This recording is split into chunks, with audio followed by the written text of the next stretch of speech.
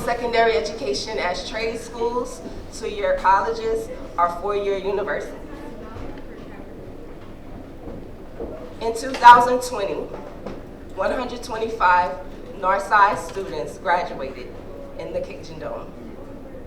Out of those 127 students, only 11 attended a post-year school.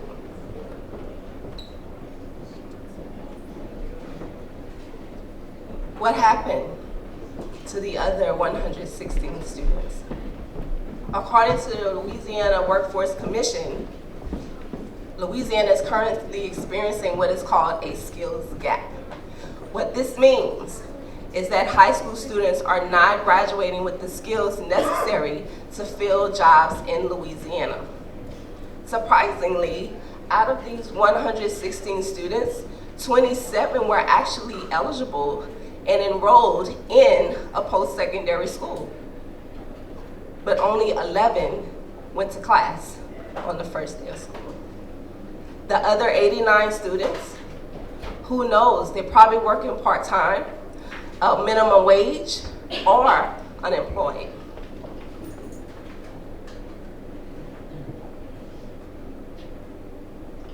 The GPS project proposes two solutions, two parts to this solution. The first part is academic coaching.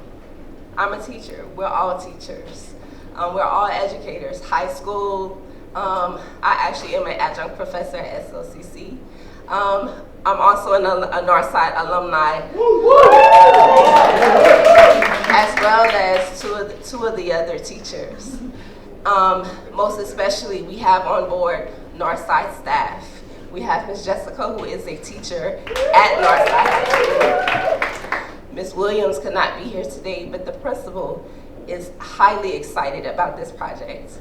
And we also have the one counselor to the 127 students, Mr. Darby, who is welcoming us with open arms to help him get these students on track. As academic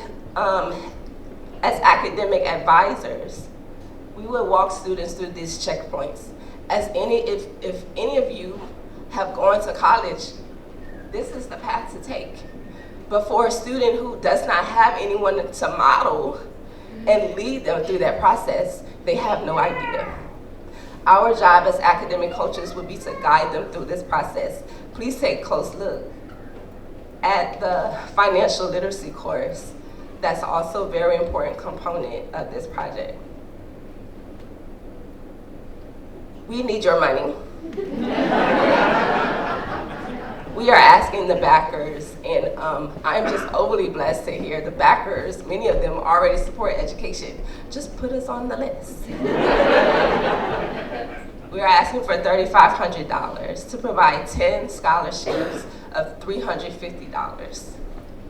The students to pay for books, supplies, and other needs. This is Ms. Jessica's class. Ms. Jessica is right there. And you can see I'm kneeling down in the corner along with the other team. We are in this picture. We took this picture a couple of weeks ago. We have already begun to build relationships with these students. I want you to take a close look. Look at them smiling, but behind many of their smiles, 94% of them are economically disadvantaged. Some of them will be first-time generation college students. Some of their parents are incarcerated. And you'd be surprised that one of the students is pregnant.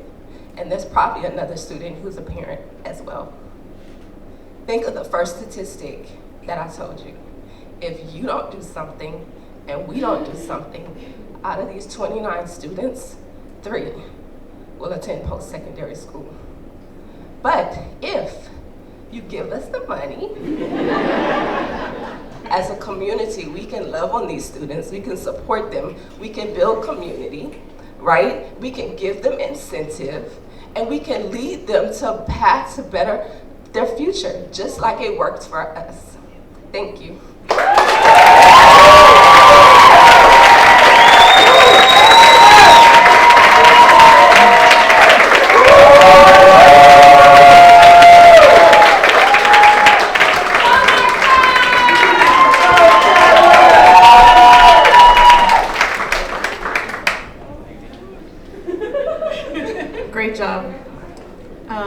we are in the educational space. Karen and I were visiting earlier. I missed the breakdown on the $350 per student.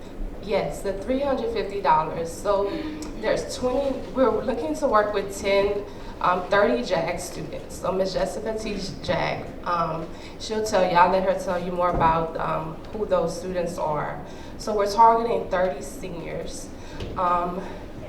We would like to give all of them a scholarship, y'all.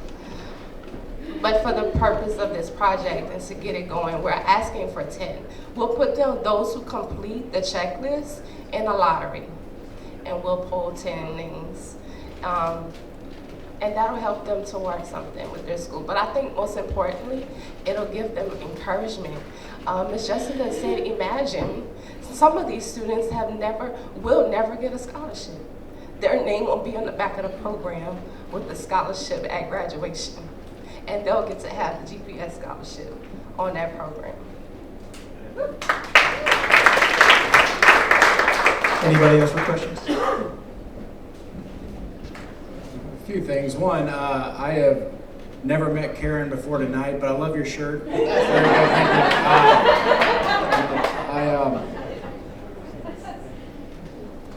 11 out of 127 graduates is a number that really speaks to me. You know, looking at that, I think it's a pretty surprising number. I'm curious, when you're going through your process of working to distribute the scholarships, I know you say you're working with your JAG students and you're going to have a process that they go through. Are we bringing in any institutions, post-secondary institutions, in order to talk to them also about what it's like to go through the admissions process? They actually hear from admissions people at these institutions to maybe make it easier and not seem so, like such a big hurdle to jump over, that it's actually a pretty welcoming process. With the JAG program, part of the JAG program that is already established, guest speakers is part of the program, so that would be included, definitely.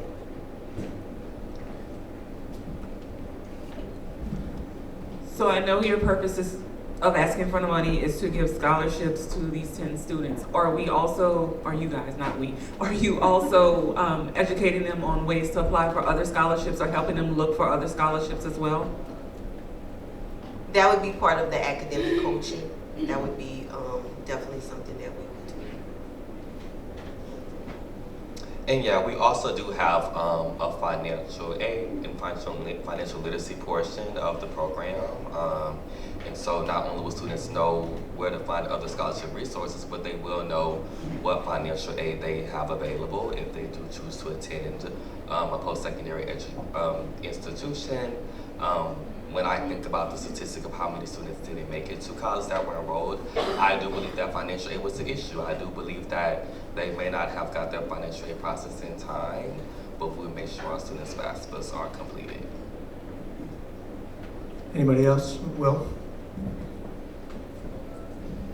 Can you talk to us a little bit about what happens after year one and how you'll be able to continue the scholarship program for the next 30 and hopefully scaling it up?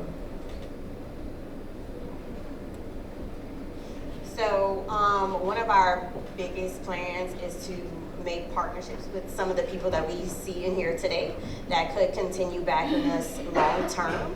But we do believe that Northside would serve as the pilot program and that it is scalable, and we would be able to reach all of the high schools across the parish, or even expand to our middle schools and start to reach them a little bit earlier as well. Yeah, JAG is a national program. So I think starting there, where all those students, so here's the secret sauce. We're going to them, right? We're not saying, hey, y'all come sign up for GPS. And they're like, who are you crazy people? We don't know them, right?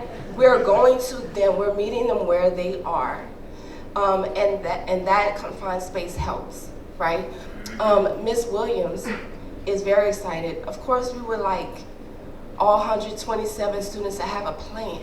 And I think that academic coaching helps with that, right? That you would have a plan. Imagine the 116 had, what plan did they have? They had no clear vision. And so we want to provide that for them.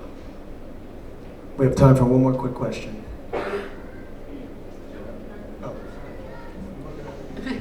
I remember being 17 and trying to figure out that FAFSA form. And I mean, at 17 years old, you're filling out your parents' financial information.